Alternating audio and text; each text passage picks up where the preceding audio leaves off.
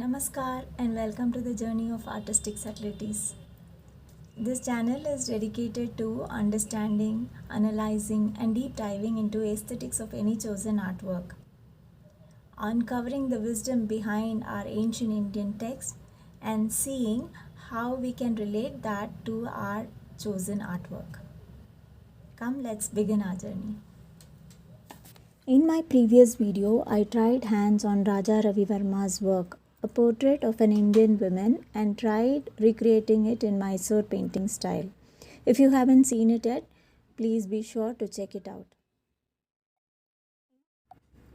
Today, we are going to engage with a sutra on one hand and a mural from Ajanta on the other hand, and see how the painting can be evaluated or aesthetically analyzed using the sutra.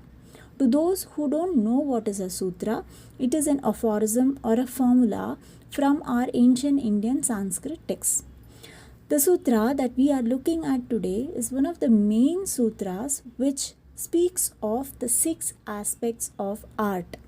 The sutra says, Rūpabhedaḥ pramāṇāni bhāva-lāvaṇya-yojanam Sādṛśyaṁ varṇikā-bhaṅga iti citraṁ ṣaḍaṅgakam. At first, it might sound a bit cryptic, but as I began decoding it, I realized just how relevant it is to any art that I am creating. Well, this particular sutra is found in Jayamangala by Yashodara, a commentary on Kamasutra, an ancient Indian Sanskrit text which dates back to the 3rd century of Common Era. For some of you, this might sound odd, but stick with me, I promise you will see its connection to classical art in just a moment. Now, I'm going to apply the 6 aspects of the sutra as I redraw a painting of Padmapani, a bodhisattva from Ajanta cave murals, dating back to the 5th century of Common Era. Now, one must remember that the sutra is from 3rd century and the painting is from 5th century.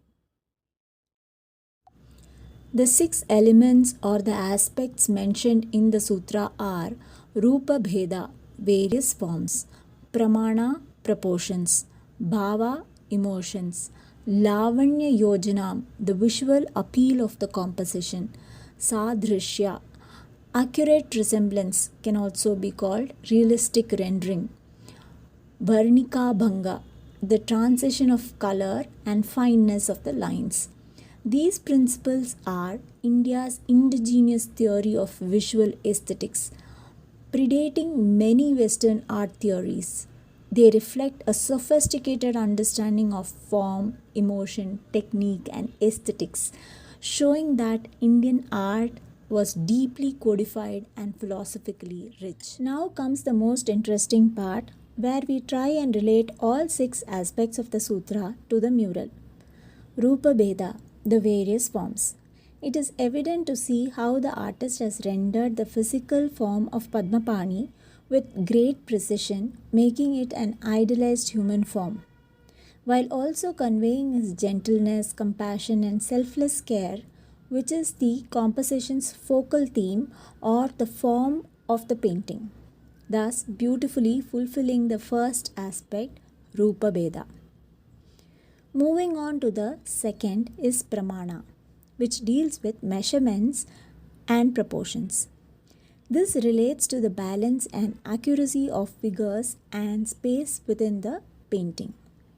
One can also witness here the figure exhibiting the famous figura serpentina, a dynamic and twisting S curve of the much later Western Renaissance period.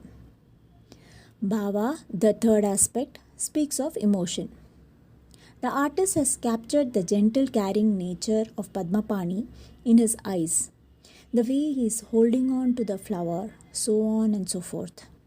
One can feel the serenity and tranquility of Bodhisattva as we closely observe the painting. Thus, the third aspect is also covered. Lavanya, the intangible aspect of beauty. This is what gives the work of art its grace, the elusive quality that elevates it from merely being pretty to being intuitive. It's the essence of beauty that resonates beyond the visual. how the artist has resonated with the character and conveyed to the onlooker the qualities one should possess in the journey of spiritual life. We can witness it here. So now, one can see Lavanya also being fulfilled. Next in line is Sādṛśyaṁ, which means a similarity or realism. How close does the artwork mirror reality? Is there a sense of realism? Does the artwork resonate with what the artist is trying to portray? We can closely relate that in the way the pearls are entwined in the ornament and the elaborate headdress that he is wearing. Last, the varṇikā-bhaṅga, the transition of color or play of light through color. The shadow casted on the negative space and the flesh tone of the figure itself speaks volumes for their understanding of light and color. I thoroughly enjoyed the whole process of recreating and studying the masterpiece in watercolor, with the beautiful climate blessing me with its shower. I felt as though the Bodhisattva was witnessing what I was doing. Probably, this is the Lavanya that has resonated with me. It's remarkable how these principles come together to create a masterpiece that's just not visually striking but also spiritually resonating. You see how the principles are just not theoretical.